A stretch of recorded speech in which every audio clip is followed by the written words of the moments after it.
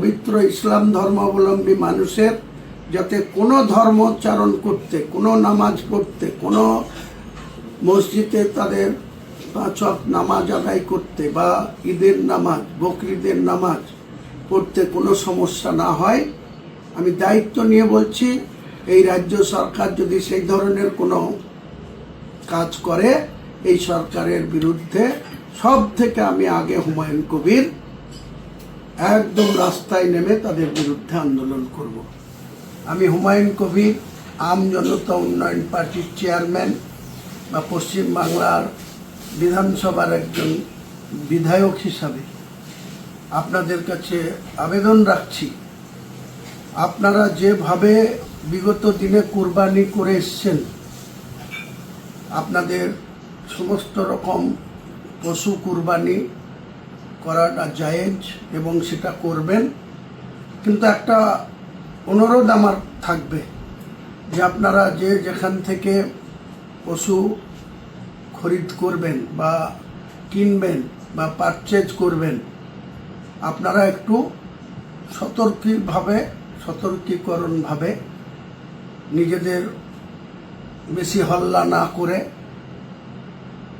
আপনারা সেই সমস্ত পশু, বকরি, দুম্বা, গরু, যারা উট, যে যেখান থেকে যেভাবে কুরবানি করেন নিশ্চয়ই করবেন, কিন্তু আমার একটাই আবেদন, রাজ্য সরকারের পক্ষ থেকে এখনো কোনো অর্ডার বা জিও বের হয়নি যে কুরবানি করা যাবে না বা কুরবানি করতে দেওয়া হবে না।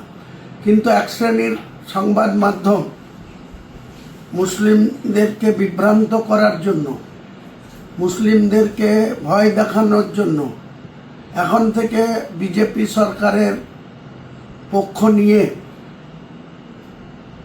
মুসলিমদেরকে ভীতি সন্তুষ্ট করার যে অপচেষ্টা করছে, আমি সেই সমস্ত সংবাদ মাধ্যমের তীব্র বিরোধিতা করছি।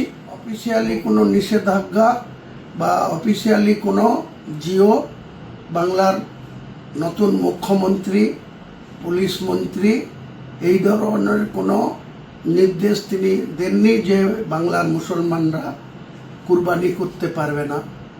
এটা কোনো মতেই গুজব বা এই গুজব ছড়ানো হচ্ছে এবং মুসলমানদের মধ্যে একটা ভীতি সৃষ্টি করার এক শ্রেণীর মিডিয়া তারা এসব প্রচার করছে। গুজবে কান দেবেন না। মনে রাখবেন, পশু কুরবানি করার ক্ষেত্রে আপনারা একটু ঘেরাঘোরা জায়গার মধ্যে করবেন, ওপেন রাস্তা দিয়ে, যাতে কেউ এই মাংস দেখতে না পায়। আগে থেকেই এইসবগুলা নির্দেশ ছিল, কিন্তু অনেকেই বেপরোয়াভাবে রাস্তার ধারে অন্য সম্প্রদায়ের মানুষরা যাতায়াত করত, তার মধ্যেই রাস্তাতে ওপেন করতো। এগুলাকে অ্যাভয়েড করবেন।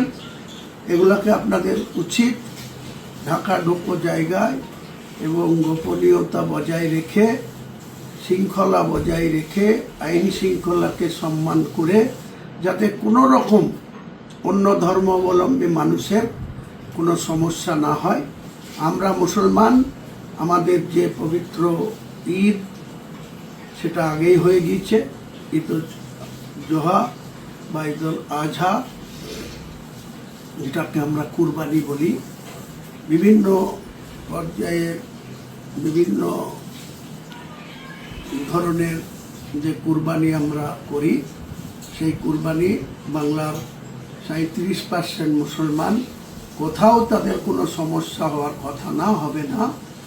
যদি কোনো জায়গায় সমস্যা হয়, আমাদের ফোন নাম্বার অনেকেই জানেন, দরকার হলে আমাদের যোগাযোগ নাম্বার আমার ফেসবুক আইডি থেকে বা আমার এই বক্তব্যের মধ্যে দিয়ে আপনাদেরকে আরেকবার জানিয়ে দেব। পাশাপাশি পবিত্র ইসলাম ধর্মাবলম্বী মানুষের যাতে কোনো ধর্মোচ্চারণ করতে, কোনো নামাজ পড়তে, কোনো মসজিদে তাদের 5 ওয়াক্ত নামাজ আদায় করতে বা ঈদের নামাজ, বকরিদের নামাজ পড়তে কোনো সমস্যা না হয়, আমি দায়িত্ব নিয়ে বলছি। এই রাজ্য সরকার যদি সেই ধরনের কোনো কাজ করে, এই সরকারের বিরুদ্ধে সব থেকে আমি আগে হুমায়ুন কবির একদম রাস্তায় নেমে তাদের বিরুদ্ধে আন্দোলন করব। কোনো মতেই আমরা সংবিধান বা আইন ভাঙব না, কিন্তু যদি আমাদের উপরে কোনো টর্চারিং হয়, আমাদের উপরে যদি কোনো অন্যায় আচরণ হয়, আমাদের ধর্ম করতে যদি কোনো বাধা দেওয়া হয়, আমাদের নামাজ পড়তে যদি কোনো বাধা দেওয়া হয়, আমাদের কুরবানি করতে যদি কোনো বাধা দেওয়া হয়, আমরা কোনো মতেই সেই সরকারের অন্যায় সিদ্ধান্তের বিরুদ্ধে মুখ বুজে সহ্য করব না।